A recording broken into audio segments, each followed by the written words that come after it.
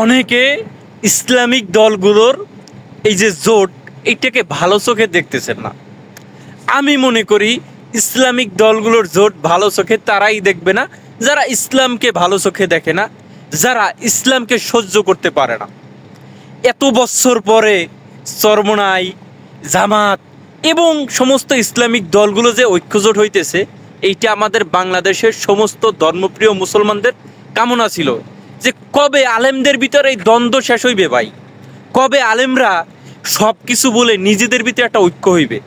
এই ঐক্যটা দরকার ছিল। এক আলেম জেলখানা থেকে বের হইয়া এসে বলছিলেন যে ভাই, যখন আমরা বাহিরে ছিলাম তখন আমরা কে জোরে আমিন বলে আর কে আস্তে আমিন বলে এইটি নিয়ে কিলাকিলি করছি, কে দুরূদ শরীফ দাঁড়াইয়ে পড়ে আর কে দুরূদ শরীফ বইসে পড়ে এইটি নিয়ে কিলাকিলি করছি। তবে জেলখানায় যাওয়ার পরে এই ভুলটা ভাঙছে।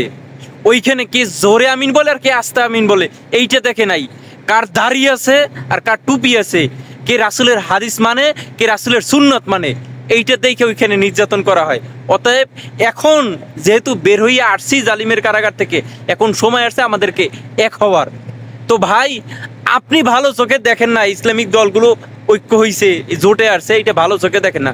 দেখবেন কিভাবে?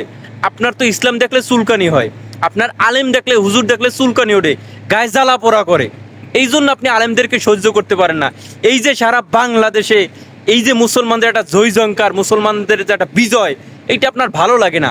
আপনার ভালো লাগে দিল্লির দাদাবাবুদের, আপনার ভালো লাগে শেখ হাসিনার স্বৈরাচারী, আপনার ভালো লাগে দিল্লির দাদাবাবুরা যেটা বলবে শেখ হাসিনা বাংলাদেশে বইয়ে সেইটা করবে, সেইটা আপনার কাছে ভালো লাগে।